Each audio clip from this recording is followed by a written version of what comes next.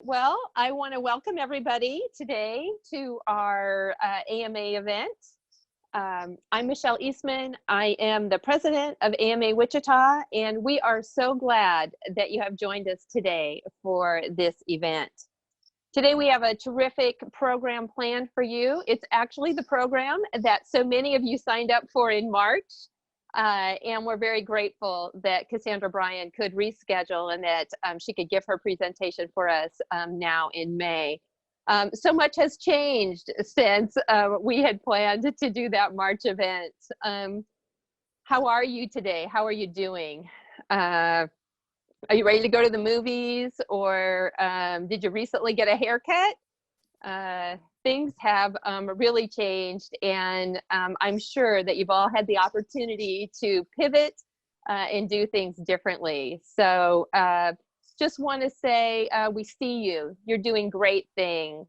Thank you for making a difference in the community in the different ways that you can for your business.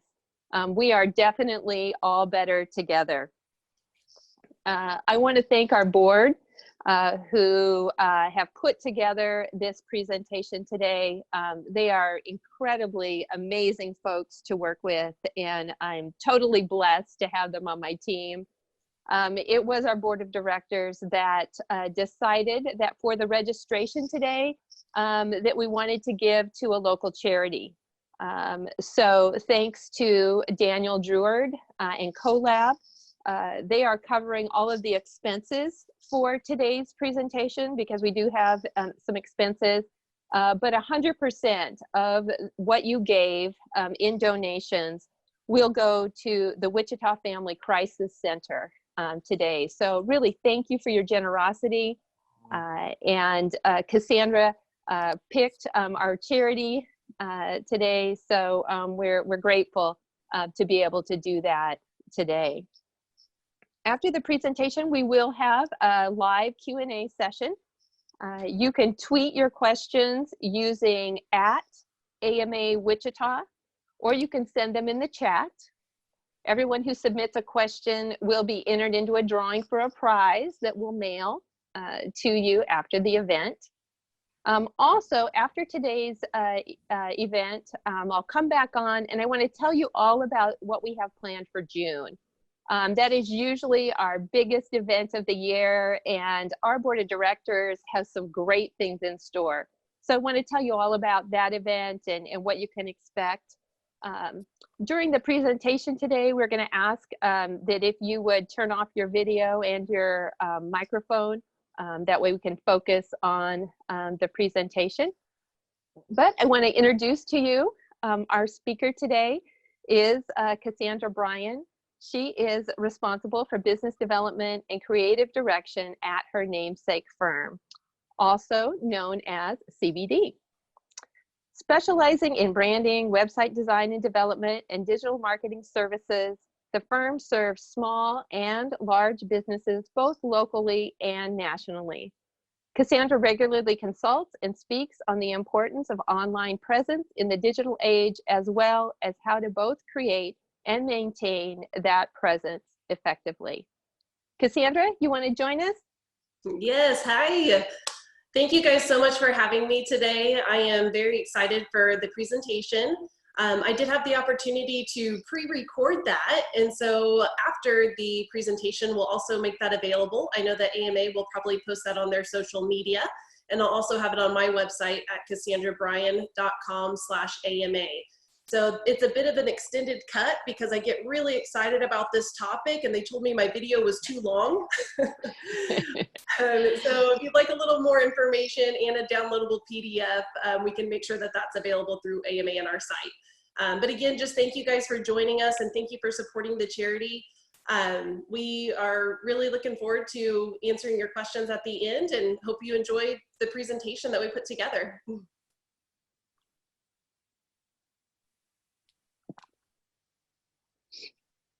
To get started, I'd like to tell you a little bit about my company. I started Cassandra Bryan Design in 2009 out of the basement of my home, but today we're lucky enough to have a beautiful office in Delano, Wichita. Our services include branding and marketing collateral, custom website design and development, digital marketing, search engine optimization, and social media management. I have an amazing team that I get to work with every day, along with some really cute office animals. So today we're here to talk about growing your business with digital marketing. The areas that we're going to cover are search engine marketing, local business optimization, search engine optimization, and social media marketing. So the first thing that I like to talk about whenever we are talking about digital marketing is starting from where the client or potential customer is starting. And normally the first thing that they do is they go to Google and they search for your service or for your company name. So the search results page, also known as SERP or SERP, if you want to be fancy when you're talking to somebody as a marketer, looks like this. I'm sure this is very familiar to you all, but I wanted to cover the different areas of opportunity that we have here.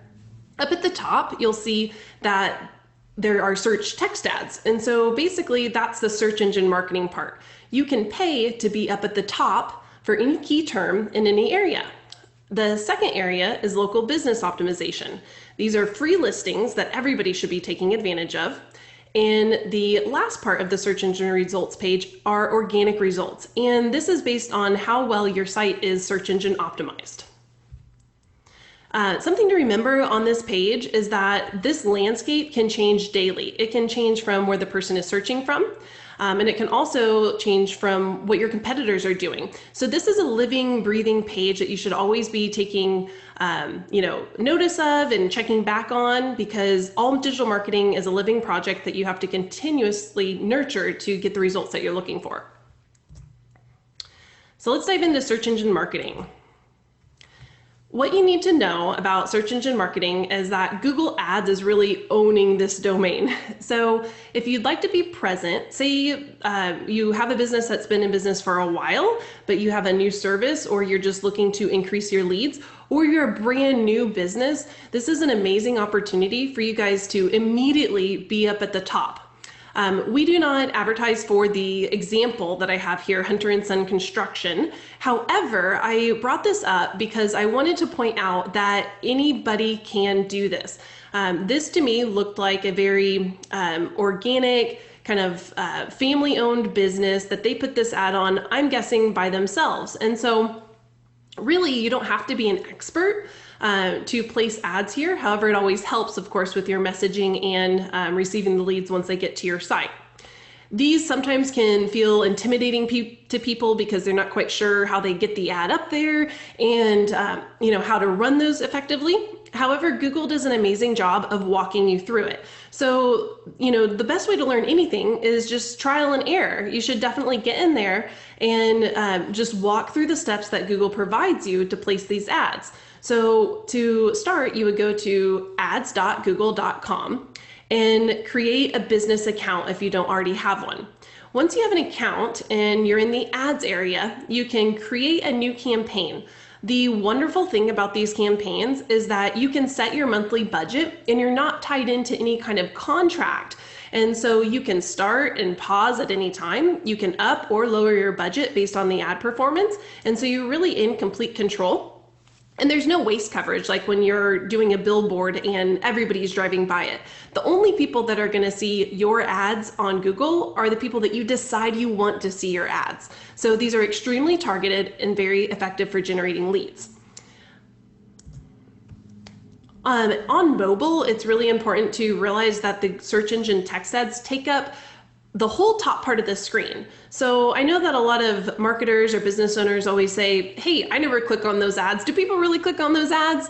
And the truth is yes. I mean, we wouldn't be doing them and Google wouldn't be providing these services if no. So the average person really does look at these ads, and Google really does review your website to make sure that you're legitimate and you can be advertising, because it's Google's job to serve the best result possible to the searcher, and they're always updating their algorithm.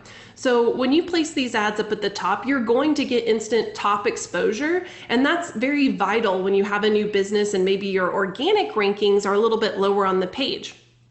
These are great for lead generation, like I said earlier, mainly because when people are searching they are already taking that action that they're ready to buy. They're looking for your service. And with this, if you provide a nice link to your website where they can fill out a contact form, or even have the tap to call activated right on your ad, you can instantly connect with your customers. These are pay per click, and so what that means is that views are free. You only pay for when somebody clicks on your ad. The cost per click is different for everybody because it depends on how many people are also advertising on that, so your competitors. And it also depends on what the quality of your website is. There's lots of factors that go into that. However, normally for local businesses, we usually see an average cost per click around $4 to $5. You can get that lower, of course, but then in really competitive markets like, say, law firms or insurance agents, those costs per clicks can get up to an average of $30 per click. So there's a lot of variety here, and there's a lot that you can do to optimize your campaign to get more clicks for less dollars. You can update your keywords at any time, and so you can advertise in different campaigns for different services, which is what I recommend. So for example, if you have service one, you'd want to make that ad campaign all about service one and send them to a page on your website that's all about service one. And then you could add another campaign and advertise your second service and your third service. And in addition to that, you can also geofence. And so you can select by zip code or radius of a certain metro, a whole city, a whole state, or the whole nation, or the whole world. Really, it's up to you where you'd like to be advertised and have your ads shown. Now, of course, if you have a really large area, like the whole nation, your budget will probably need to be higher.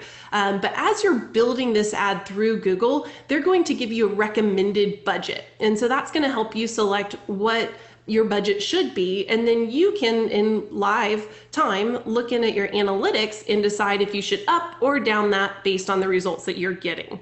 So again, extremely focused, extremely targeted. I love this because you're literally in front of the people who are looking for you, and it's not like cold calling.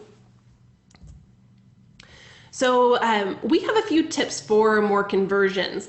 You can go through and you can build your ad, and then you'll have a dashboard that Google provides to you. So when you're looking at your dashboard, there's a section for keywords, and there's also going to be a section for negative keywords.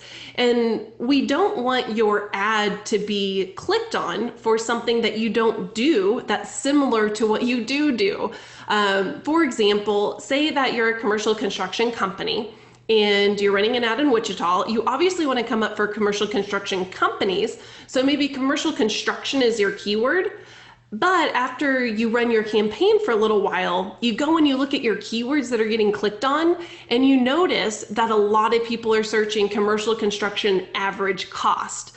Those people might not be the people that are really looking to buy right at that moment, or if you really want to make sure that you're being very kind of honed in on more of those action keywords, you can go in and you can set average cost or any kind of word that would be paired with your good word as a negative keyword. And so I think it's extremely important to add those negative keywords. For example, we are working for a commercial pavement company right now. So we built them a campaign for, paving companies, Wichita, Kansas. However, they're commercial. So as a negative keyword, we put in the word residential, driveways, different things like that we didn't want to waste our money on those clicks when those are probably not our customers. The second area that you can optimize your ads for are the time and day that they show up. So when you set a monthly budget, Google's going to try to spread that budget out over every day of the month and try to make it last most of the day. So it's really comes down to a daily budget. So if you have a lot of clicks in the morning, your ads could actually turn off in the afternoon because you've already reached your daily budget based off of your monthly budget. So what we've done is we've gone in and we've looked at when the most leads come in or when the most action or the most clicks happen. And we can actually look at that on the Google dashboard that you'll have. And we can do what's called day parting, where you can schedule your ads only to run for certain times of the day and for certain days of the week. And what that can do is that can give you more saturation during those hot times. And then the last part is just reviewing your budget. Google has all of these really helpful tooltips in the dashboard, and they're going to tell you, of course, they're normally going to tell you, hey, you should raise your budget because, of course, they want to make more money too. But they do base that on opportunity, because if there's more people searching, that your ads aren't being shown for because your budget is smaller and it's being shown like maybe 70% of the time rather than 100% of the time every time someone searches for that keyword, Google's going to tell you, hey, there's more opportunity that you're missing out on, and here's an estimated number of clicks per month that you can get for an estimated price that you would like to raise your budget to. And so I think that these are really helpful recommendations. With all of these, you have to take them with a grain of salt, of course, because you may have already received as many leads as that company can handle effectively. And so having good communication with your company or with your client's company is always best practice. So then we're getting into, where do these ads go? And a lot of people kind of think, oh, I'm just going to send them to my homepage. But I think that that's a mistake. If you send somebody to the homepage, for example, on this Legacy Bank website that we are advertising for, but they search for free checking, now that person has to go over to the personal business tab on the menu and then drop down and select checking. So they've already had to kind of look around a little bit and then make a click. And we could have lost them. People have really short attention spans, and so if they're not able to see that immediately, sometimes they might get distracted. Maybe they get a phone call, and then they, get off the website and they forget what they were doing. So it's always best to lead people exactly to a page that's designed for conversions, which means having somebody take action in a way that you can record. Either they are calling or filling out a form online. Now, sometimes you have to go in for these services, and that's tougher to track, but there are different ways that we can still judge success from views. So on this example, the one on, let's see, for you, it would be the one on the left, would be the landing page that we started out with. This is different from the page that is about their checking on their main website. Their main website checking page has a lot of information because there's a lot that goes on with their checking, and it needed to have a lot of keywords for the natural search engine optimization.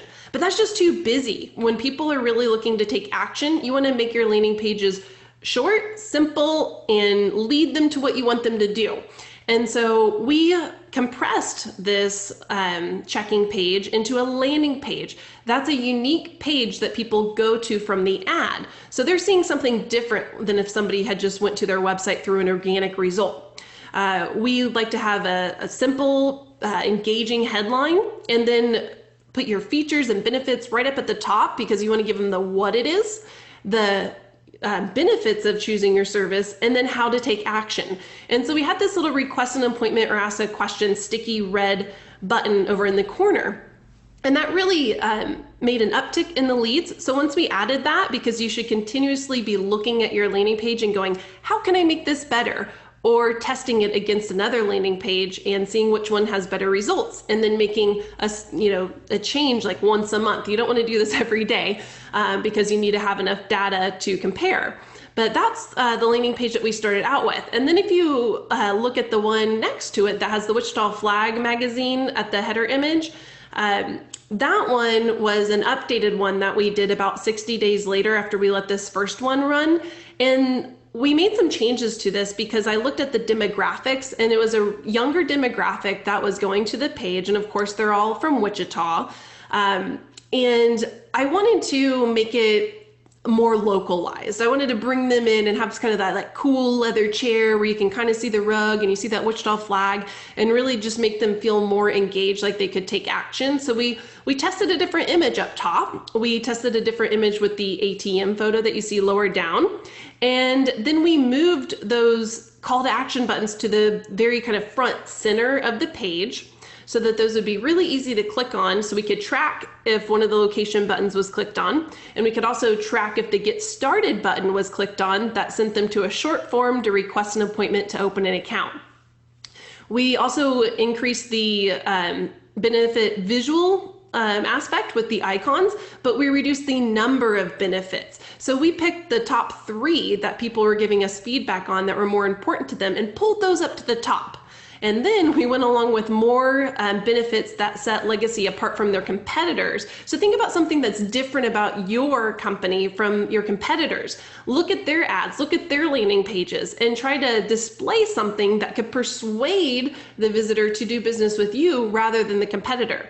So Legacy has a really cool program about a rewards card that comes with all of their checking accounts where they can get discounts at local businesses. And so we added this to the landing page and immediately the leads went up. So it's always important to keep an eye on these things and don't be afraid to make changes. All right, the second type of Google ads that you can do are retargeting display ads. So these are a great way to build brand awareness. They're more visual. Well, they're all visual. So basically what you do is you add retargeting in your Google's dashboard, and then Google has a really cool little ad builder. So you don't even have to be a graphic designer. You basically just need photos and headlines and where to send the ad, and then you can put it together in Google's ad builder. And these websites appear on other websites that have ad space, and there are hundreds of thousands of these. There are many blogs, or like this one, the kusports.com, which is normally up at my house. And these ads are the ones that I have the little blue arrows pointing to that will rotate. Now, these normally follow the searcher for up to 30 days. So if somebody searched for one of your keywords and then they went to HGTV or the Weather Channel or maybe even Kansas.com, they will see your ads sprinkled in on the sidebar, sometimes throughout the article. And it's a really nice visual way to remind them, hey, we're still here, and get them to click and come back to your website. These are charged differently from the text ads. These are pay per view. And so these you really are paying for views. So normally you set this budget at about 30% of your monthly budget. So if your monthly text budget is $1,000, then you could set aside $300 in addition to do retargeting. I will just full disclosure say that these are great for, again, brand awareness, but they're not direct lead generators. If we ever are a client that needs to be really cautious with their budget or just wants to make sure that their campaign overall is more lead focused and people already know who they are, then we usually just do text ads. If you can do retargeting ads in addition, that's great. But as a marketer, it is harder to show results from these because not as many people click on them because they didn't come to this website to see your ad. They came to the website to read the content. And then this is kind of just a nice reminder. This is a screenshot of the search engine marketing dashboard that Google provides.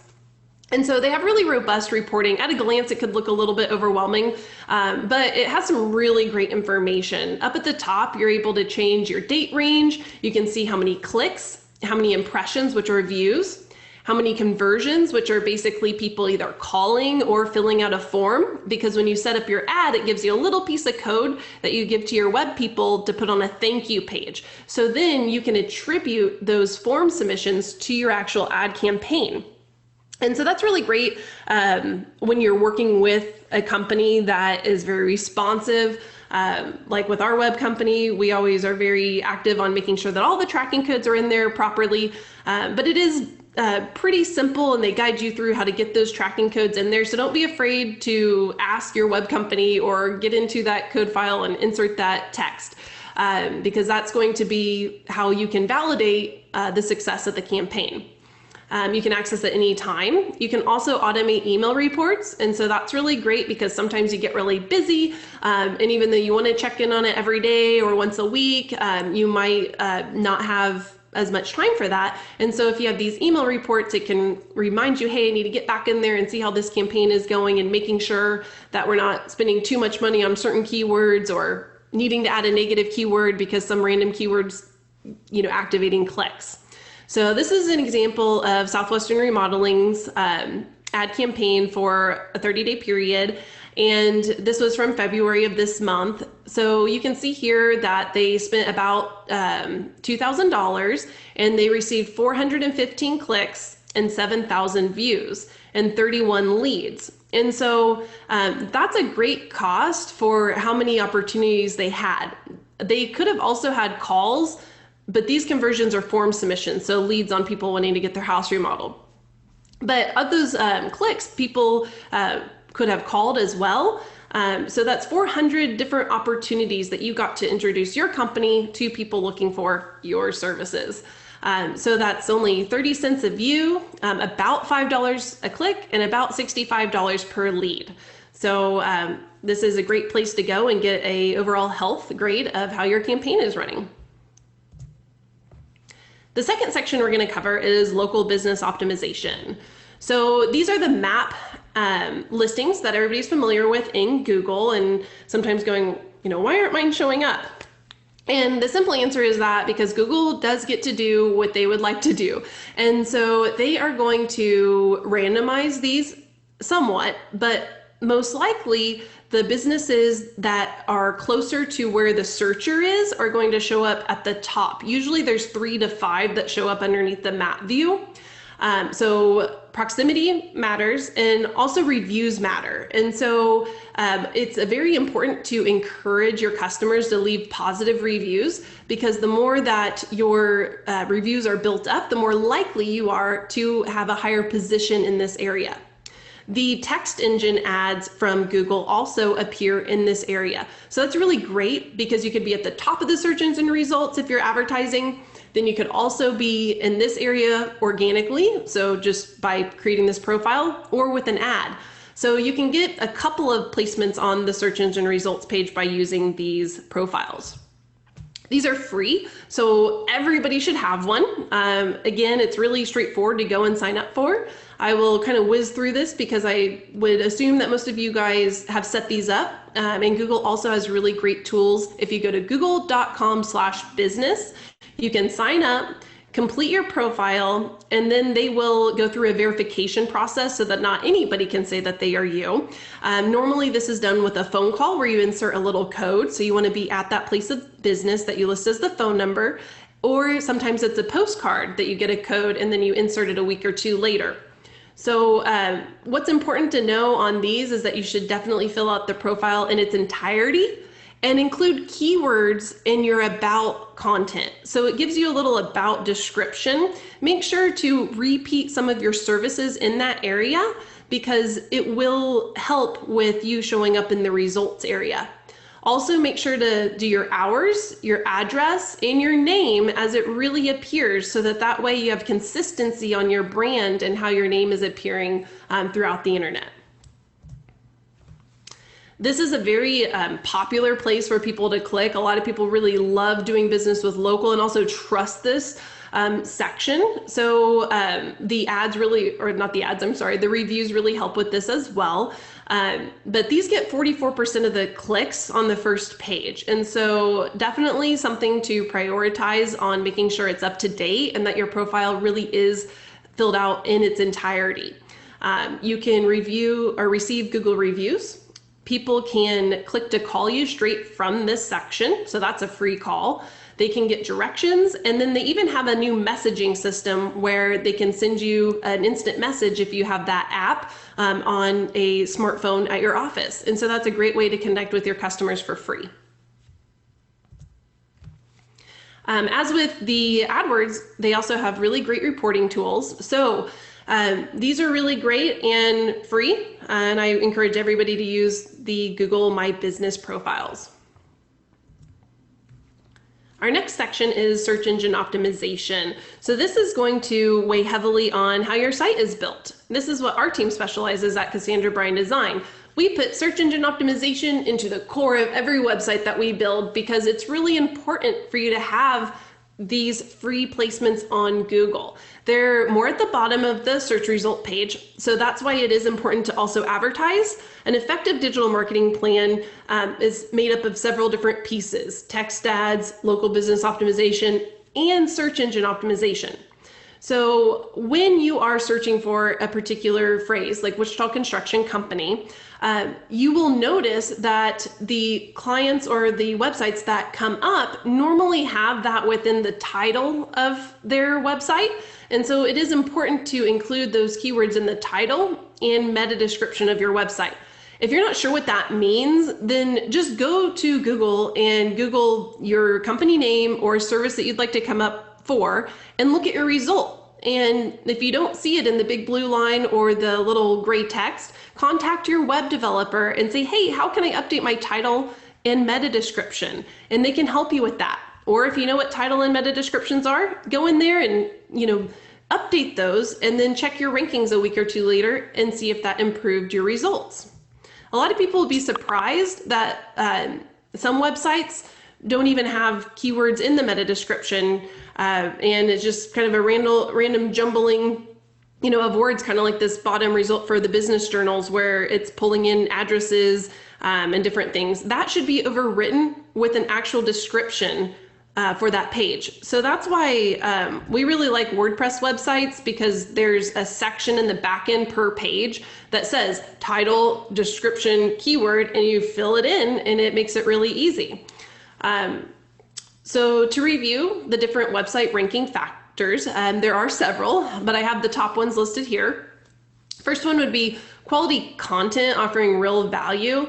So on your website, you need to make sure that you're building that for customers to be able to find the valid information that they're looking for, not just photos or not just a bunch of text. You need to make sure it's a nice balance that says, hey, this is what we do, this is why you should choose us, and here's some examples, and here's our contact information. So try to kind of look at your website from a customer's standpoint and say, hey, does this really answer all my questions, or does this lead me to want to do business with you? And that's going to go into a good user experience. Was it easy to find that information? Was it hard to find the phone number? Ask yourself that. Or get somebody that's a friend or family member to look at the website and kind of watch how they interact with it and take notes, and then use that feedback to improve your website. Other factors that are more technical that do affect rankings are mobile responsiveness. And so your website needs to be built and look great on mobile. That means the mobile menu button needs to be big enough to click on, that the text doesn't run off the page, that it loads quickly. Secure websites also rank better. And so what that is it's more on the hosting side. It's kind of techie, but it's really important. So don't glaze over that. You need to see if you have an SSL certificate. They're normally only about $50 a year. And basically what it does when you install it on the hosting account is it encrypts the information that goes through your website. That tells Google that you're taking an extra step to make sure that your visitors' information is secure. It'll take 10 minutes to install, and it can help your site rise higher to the top. I see a lot of websites that I click on, and up in the address bar it says not trusted, and my heart just sinks. I'm like, oh, that's so easy to fix. Why aren't they doing that? So that's a little tip that I would definitely go and check your website and see if next to your domain where it says like www.cassandrabryan.com, does it say secure or does it say not secure? If it does say not secure, contact your hosting company and install an SSL certificate. You also need to have good reputation and backlinks. And so Google somewhat is a popularity contest. The more websites that like you, the more likely you are to get to the top. And so what that means is if you have a bunch of articles on, say, the Wichita Eagle, and they're linking to your website or talking about your company, that's going to build your presence online. And so it's great to get press. It's also great to, maybe do a testimonial video for another company and ask for a link back to your website, or get featured on somebody's social media, because that plays into it as well. And then that can help you rise to the top. So making sure that those are quality websites that are linking back to your website will help your rankings. And then of course, include keywords that the user is searching. Sometimes people's business name doesn't include the services that they provide, and that's okay. That's really common. However, you still want to make sure that you're including keywords of your services in your title and in your meta description. So for example, if you search Wichita Construction Company, that one that I outlined up there, porch.com, their meta title tag is Wichita Construction Company. So they're more likely to come up for it. They also have that in their meta description.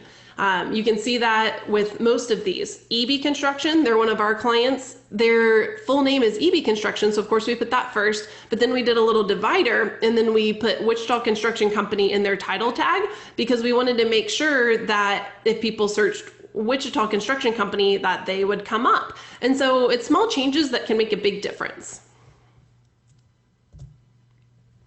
There are also several tools that you can utilize, and these are some of the tools that we use internally when we are monitoring search engine optimization, or we're grading a website after we launch it to make sure that it has all the proper keywords in the proper places. The name of this website from the report card is not in it, so I'll spell that out. It's Moz, M-O-Z, like Mother Oliver Zoom. And they have an on-page grader that's a free tool that you can go to. They also have a lot of other great resources. They have a wonderful blog, so you should check them out if you're interested in learning more about SEO. But you can put in your website link, and then you can put in your keyword or keyword phrase, and then click Analyze, and it'll give you a report card. And it's super helpful because it's going to pinpoint what's hurting your score with these little expanders where you can read more on how to fix it. And then it will also show you what's helping your score. And so it's near impossible to get 100% because at that point you're probably keyword stuffing, and then your website's going to sound like it was written for robots instead of people. And so you want to make sure you have a nice balance. But sometimes it's hard for people to get keywords into their homepage because you don't want to have big titles that just say construction, construction, construction. You want to have them more beautiful, like building a better tomorrow. And so one of the things that we do is we actually code our headlines to be smaller. And you can see that down above the title, who we are, it says Wichita Construction Company. On the back end, we have that tagged as a headline. And so now the robots are reading it as a headline, but the humans are seeing the nice, beautiful headlines. So that's, again, something that you can ask your web company about if they can do that. And that will help you as a marketer work well with your development company to get the results that you're looking for. And again, that website that has the tool is Moz, Moz.com. We have a professional account that you can pay for, and it's definitely worth it. So if you are thinking about that, maybe go month to month to test it out, because they have a lot of great reports and you can even analyze competitors. So I definitely recommend that website. For ongoing content updates, because search engine optimization is a game that never ends, you can't just make a beautiful website, launch it, and then expect it to rank for the next 6 months, year, 5 years. It's something that you have to constantly be putting work into, but that's okay because that can be really great content that you can also share on your social media. And so how we optimize a lot of the sites that we work for is by adding blog articles. We normally base these on keywords that we want to come up for, but also add helpful information. So they can be news articles, they can be educational, they can answer frequently asked questions, they can feature certain clients or videos or reviews. And normally what we do is about 2 a month per city. So if you want to be optimized in certain locations, it's better to hone in on a particular city first. So if you're in the Midwest, maybe say, hey, I want to focus on Wichita for these 3 months. And then I'm going to nurture Omaha. Then I'm going to do Kansas City. But you want to make sure that you see traction before you start a new city, because then you're just diluting your efforts and you're going to be moving 1,000 directions an inch at a time rather than making progress.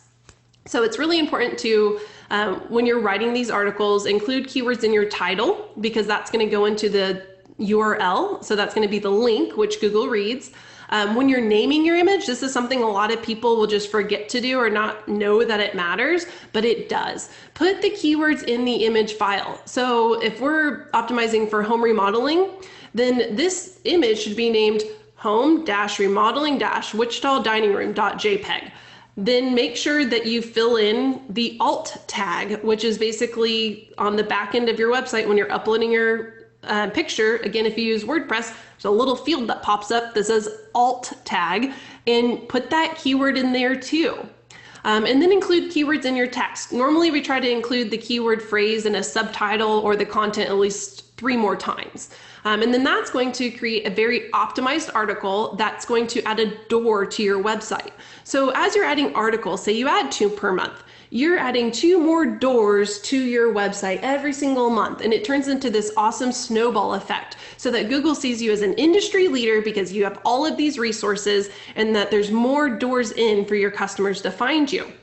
And like I said, you can also share these on social media. And so it becomes, killing 2 birds with 1 stone, because a lot of people are going, what do I share on social media? So the other tough thing about updating content and writing articles is finding inspiration, because you're like, what can I write about again, after you've been doing that for a while? And I think the best way to get ideas is to literally Google what you'd like to come up for, and then on a national level, because you can gain inspiration from sites all over the US, and then click on the articles that come up near the top, because obviously they're doing something right, and kind of take notes and say, how can I make this my own? Does this apply to my business? And create a system. So maybe you do 1 article per month that's on a different service, and then maybe you do 1 article per month that's focusing on a client or focusing on something that's happened in your office.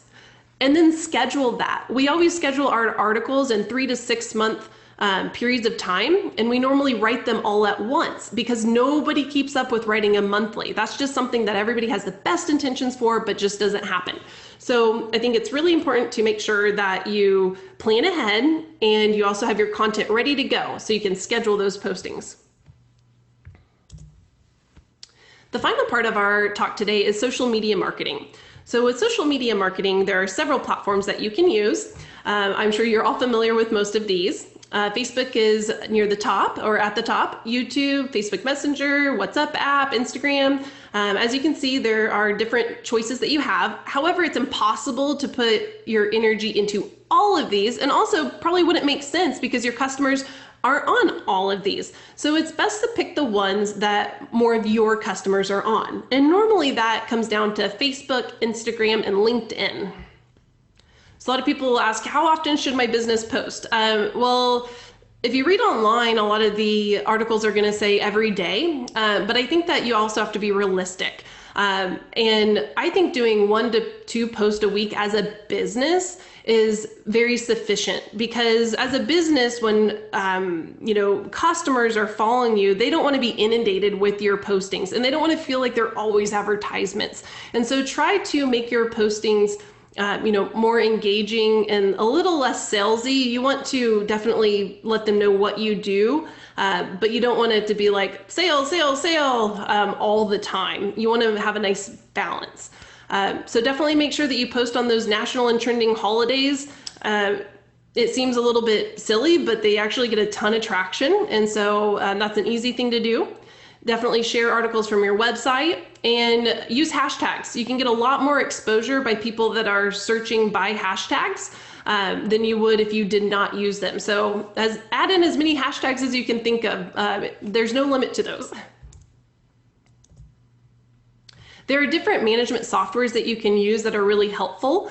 One of them is Hootsuite. This is one that's really affordable, and so it's really great because it puts all of your social media comments and news, and you can schedule postings in one place. It is really hard to do those, on the spot, because then your consistency could go down if you get really busy. So this is great because you can schedule your postings to multiple platforms all at once and make sure that your schedule stays consistent. Another one is Agora Pulse. I wanted to throw this in there because this is the one that we use. And the reason why we like this, if you're a marketer that works on multiple businesses, or maybe your business has several locations, this is going to be a great one for you guys to utilize. The Hootsuite doesn't allow you to add as many profiles or as many locations into it.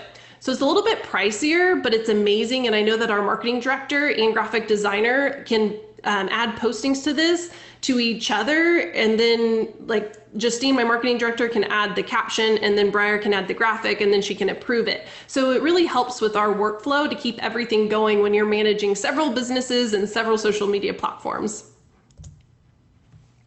Okay, so not everybody's a graphic designer, and that's all right. There are lots of really cool tools out there these days. One of the ones that's really easy to use for anybody is Canva. And so I would recommend starting a Canva account. It's really affordable. There's a free version as well.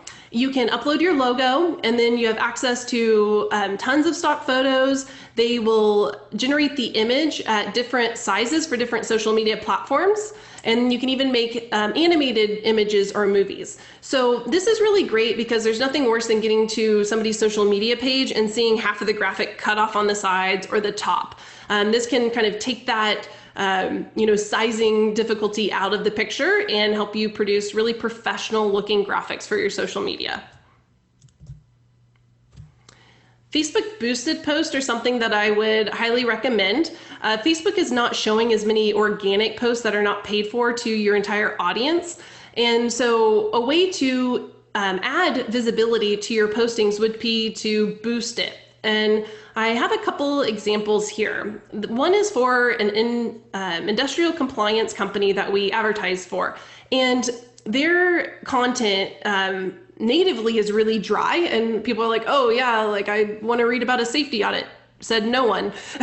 So what we try to do, because it's such an important topic and the customer has a great sense of humor, is we are experimenting with different types of fun memes that look more organic, that are funny, so they'll catch people's attention and make them stop and say, hey, I want to read this. So the graphic is one part of it, but the boosting is another. So on this first one where we see the Spider-Man, this was boosted for $70, and it was seen by over 7,000 people and had 169 engagements. Then in comparison to one that was not boosted at a similar time, only reached 52 people and had 2 engagements, because Facebook is not putting your post in the newsfeed of even your fans and followers as much these days. They are really wanting you to pay to play. So I think it's better to post a couple times a week or once a week and boost that post than to be posting every day and have nobody seeing it.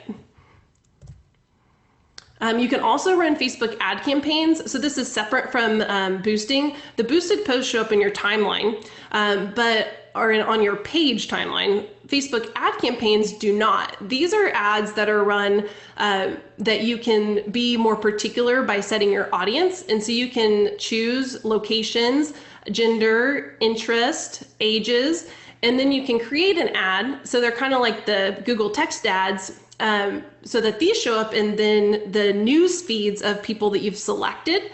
And these are really great for running ads for services or acquiring applications. The example that we have here is for Southwestern Remodeling. They were looking for a office administrator, and they spent $250 on their ad budget, which is way cheaper than going to like monster.com and spending $500 a month. And they were able to target the individuals that they wanted to select, which is great because some of the people who you're looking for might already be working and not looking for a job. So they might not be on those career hiring websites because they're at work just plugging away. But this can get in front of your potential candidates visually, and they received 36 applications and had 132 clicks to their website. LinkedIn ad campaigns are another great way that you can hone in and target to specific individuals. LinkedIn, unlike Facebook or Instagram, will let you advertise to specific people based on their education, their job title, their industry, and their company name and size. So you could actually hone in to advertise to a specific company of individuals or a specific job title, such as business owners, like we did for Legacy Bank on this. So we advertised to business owners in the Wichita area, which is something that Facebook wouldn't allow us to do because you cannot advertise to a specific job title or company. And they were able to receive 1,300 views for their ad, 13 clicks, and 3.4% engagement, which is really high for a social media ad campaign. And so on this one, we did an interactive ad that was a carousel of slides, and each one of the slides linked to a different page on their website that explained that service. And so LinkedIn is a great way to really get in front of specific people with specific job titles. So that wraps up our presentation for today. I would just like to say thank you for listening, and I hope that you were able to have some great takeaways from this that will help you with all of your marketing campaigns. And wanted to do a small plug here. Again, we are Cassandra Bryan Design. We're a Google partner, and there are several advantages to hiring a professional. However, don't let that intimidate you to getting in there and just experimenting. You won't break anything. Just start out with one platform and then move to the next. And if you ever have any questions, you can always reach out to us on our website, CassandraBryan.com. Thank you so much.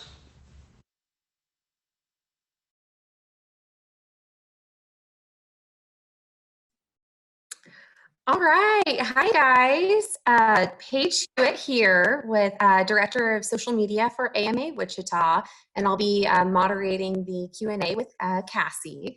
So seriously, Cassie, thank you so much. And that was so informative, and I have so many takeaways, and my notebook is full of just all the tips and tricks. So I'm sure everyone else on the line, was just as busy scrambling away and can't wait to even go back and rewatch and maybe pick up some more tips as well in your extended version. But we have a lot of Q&A to get through, and we want to keep this on track and on time. So probably what we'll do is we'll start with really talking about search engine marketing and websites, keywords, those kinds of things, and then we might funnel into social media and review management, those types of items. So the first question we have here is from Kelly, and she is asking, what is the difference between users and visitors? Is a new user completely new, or is it based on a time frame as of their last visit? All right, so the difference between users and visitors would be that they actually are somewhat the same, to be honest with you. In Google Analytics, they're actually using visitors as the amount of sessions that people are logging onto your website. And so that, sorry, I guess I'm not answering this correctly because it is a little bit confusing. Let me answer the latter question first. It's not based on a particular time frame. And so if you're looking at Google Analytics and it says that you had 89% new visitors, basically that is calculating them as a new visitor since the first time you installed Google Analytics. And then as far as the difference between visitors and users, I really don't feel like there is a difference. There is a difference between visitors and sessions, because you can have visitors are people and users are people, but sessions could be a larger number because one visitor could visit your site 5 times to create more sessions. And Justine, feel free to jump in if I'm wrong there. I know that Google's updated that.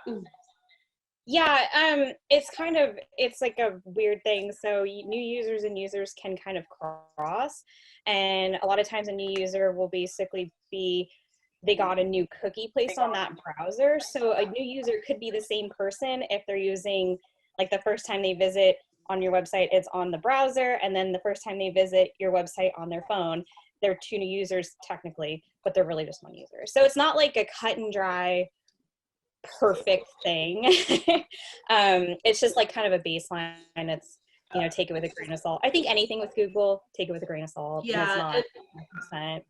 So a successful campaign, we usually look at more percentages rather than going, is it 1,000 or is it 1,005? Because if you do that, you're going to drive yourself crazy.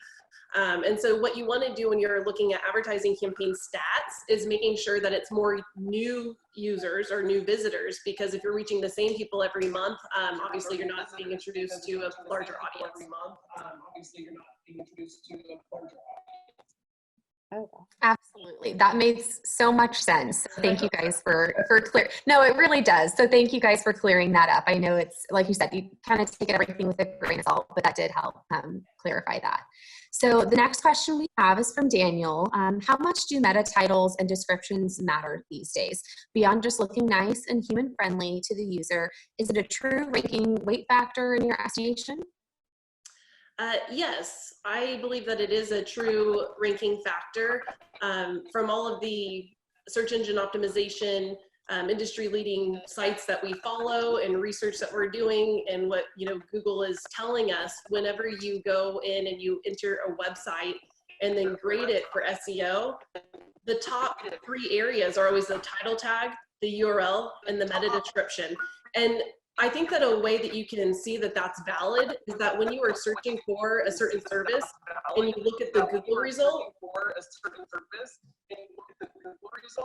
sorry, I was getting a little echo. You'll actually see the keyword that you searched bolded in the Google meta description. And so it also helps visitors in Google know that your site is even more about that keyword. So I would say yes, I think it's valid. Yeah, just to piggyback off of that, like, you know, any sort of grading tool you use in Moz, for instance, that we used in that Cassie talks about, you know, it is a factor in the grade, the overall grade of that page. So I know Google has said otherwise, but I still think that they're just kind of throwing people for a loop because they're crazy. I just don't know what to say. Yeah, it's so hard to keep up with, all of the updates and, you know, all the new rules that Google puts in place for us. So thank you guys for that. So Megan asks, how do you decide what keywords to focus on? How long should blog articles be up for optimal SEO ranking? So to decide what keywords to focus on, normally what we do is we utilize different tools online that will provide us search volume from Google. And so Moz is one of those tools that I will use. They have a keyword explorer tool, and you can enter in different keywords, and then it will give you a report on how often that keyword is searched for, and then also their estimation of how competitive that keyword is. And so something that you use to call your service might be more unique to you and not what other people call it. So just try to go in there and type in various keywords, and it will give you a report. And normally you want to choose the keywords that are more highly searched because it will provide you more opportunity. There are cases though that you might want to hone in on something that's not searched as much because you don't want to have as much competition, and you're okay to having few higher quality leads. But normally a general rule is to go after the ones that are more searched because, you know, more people are going to see your page. Another tool that's free that you can use is called Uber Suggest. And so if you go online and look up Uber Suggest keyword tool, it will also provide you information on keywords. And then lastly, I think that a really great free tool to use is just Google. Type in the keyword and then scroll down and look at what people are using in the title tags, and that will give you a guide on the top ranking sites for that service of what they're having success for in their title tag. And look at related searches, because Google lists related searches at the bottom of all the search results, and those are all the top keywords that are related. So then you can get ideas for new keywords too. And then what was the second part of that? Blog link. Oh, blog link. So that one's one that is always changing on what people recommend as well. Normally we try to do at least 300 words. So, you know, usually about that link. However, it's good to vary those. Some of your blogs are going to be longer just because the topic takes more time to explain. But then other blogs could be a paragraph because you're substituting in maybe a photo gallery or a YouTube video embed or some type of download resource. And so I wouldn't go any less than a paragraph, but you could also, our average blog is usually probably about 4 to 6 paragraphs. Oh, and one other tip, sorry, I just thought of this. So sometimes when clients send us blog articles that they would like us to utilize, the biggest thing that we end up changing is adding in subtitles above different paragraphs. You want to break up that content to make it really digestible and use bullet points and lots of subtitles. Don't just do a huge article of all words. That's a great point, especially since, you know, most people are probably reading articles on their mobile phones now too. So anything you can do to make it, you know, easy to digest while still having in, you know, those appropriate keywords, I think is, you know, really kind of bringing the best of both worlds together. So thank you so much. Cassie, I'm going to tell you, we have so many questions coming in, and I'm what I'm going to do is I'm going to have one more question for you, and then I want to make sure that we definitely are able to answer everybody's questions. So if it's all right with you, I can probably take this online and finish our Q&A on Twitter. so people can go and see kind of what your answers are to their questions, if that works for you. So last question is kind of twofold. Some of the things that goes back to so first part is, how would you suggest going about asking for Google reviews? And then the second part of the question is, how do you handle negative reviews? Can you dispute it like you could on Facebook? Okay, I'll be honest, the very first part of that really broke up. So while I'm answering the part about how to deal with negative reviews and if you can dispute it, can you just type in the chat? I got you. Okay, and I can hear you better. For some reason, I'm sorry, Paige, you just really broke up. Was that just for me or? No, she was. Yeah. Okay, okay, so getting negative Google reviews, unfortunately, is very common. We actually have a whole blog article dedicated to that on our website. So if you go to CassandraBryan.com and navigate from the menu to News and Insights, and then go to our blog, you can drop down the category and you can sort those by topic like digital marketing, but you could look for the Google review blog if you want to review that later. It'll tell you how to deal with those. But the short story is that yes, you can dispute them, and we have been successful in getting a few negative reviews taken down, but normally the only way that Google will do that is if you can prove that the review is not even about a service or your company, if it's just a random negative review. Google is very tough on not reviewing those. So the next best thing that you can do is run a campaign to provide positive reviews to bury that, and then also provide a very well thought out response, which we have a template for on that blog article on our website, giving you a suggestion on how to reply to that person. And if you know that person, the easiest way to get it removed is to call them, own up, or say, hey, what's going on? How can we fix this? Fix the problem and ask them to remove the Google review. Oh, and then the last part, how would you suggest going about asking for Google reviews? Okay, so there's lots of really cool programs out there. One of our clients uses one called Broadly. Those are reputation management softwares. So that's more of an automated system where you can put your customers in, and then it'll make it really easy because it'll send them a text or an email. But another way that you can do that is by, well, you can send out an email and ask them. My trick, usually what I do is I'll perform a favor or a task for a client, and then I'll reply and I'll go, hey, I'm really trying to work hard on getting more Google reviews so I can set a good example for our clients, or it helps, you know, our overall ranking in the local business results. Would you mind just posting, you know, a small testimonial on Google, but do it after you've sort of done something for them, because that's the best time to take action, because then they're most likely to do something for you. And we also have a blog on our website about how to generate a direct link that you can include in your email or your text to your client that will open up a box with the review part just waiting to be filled out to your company. So there's tools that you can use there too. I posted the URLs to both of those articles if you want them. Thank you guys so much. So seriously, I mean, all of this information is so helpful, I think, to all marketers. And again, we're going to continue the Q&A on Twitter, so we can keep those questions coming, and we'll have that conversation, make sure we get all of your questions answered. But in the spirit of time, we'll pass it off to Michelle to give us some closing remarks. Thank you so much. All right. Thank you both. Cassandra, wonderful presentation. And thanks for doing the Q&A with us live. We love that. And obviously we have a lot of questions. So that was great. And Paige, thanks so much. And Justine for kind of moderating that and making sure that we got those answers out there.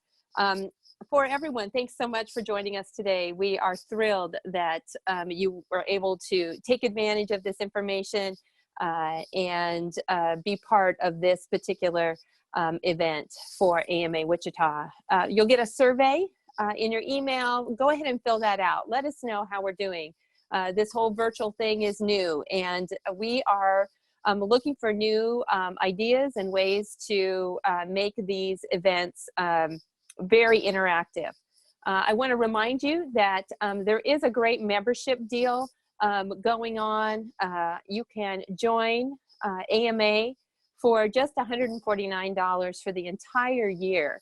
And that is a new rate. And so we want people to know that you can go ahead and join AMA for that low price at this time.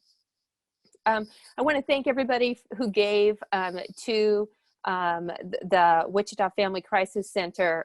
We will be giving over $450 because of your donations for this event. So thank you so much for being generous and supporting the community in that way. I'm super excited to tell you about our June event. Our board of directors and our team has really been working hard, and we are planning just a really special event for June 11th. That is usually our largest event of the year, and we want it to be exciting. And so the Eventbrite is up. You will notice that there are 2 tiers for this event. There is the regular where you get the presentation, the virtual presentation, and then there is a VIP package. And so we're starting something new. And you'll want to sign up early for that VIP package, because we'll be mailing to all of those folks who sign up as a VIP. We're also going to do a jumpstart networking time, and then there'll be a special time with our speaker following the presentation. And I want to tell you about our speaker. We're super excited to have Julie Key join us. Julie is Vice President of Channel Brand Marketing for Starbucks. She lives in Seattle, and we were hoping to bring her here, but she is available virtually. And she is working on a terrific presentation for us, and some insights into Starbucks and their branding and her career. And so you'll want to sign up for that and join us in June. I want to just confirm we have put a pause on the Wichita Marketing Awards for this year. We hope to be back bigger and better next year in 2021, but we will not be submitting awards, accepting awards submissions for this year. Our June celebration will be a celebration of all marketers, because you've all earned it. So in closing, I just want you to remember, take time for yourself, be good to yourself, enjoy the funny things that your kids say and do. Nothing is really totally perfect these days. We know that we're better together, and I know that you're doing a great job. And so we look forward to seeing you next month. Bye-bye.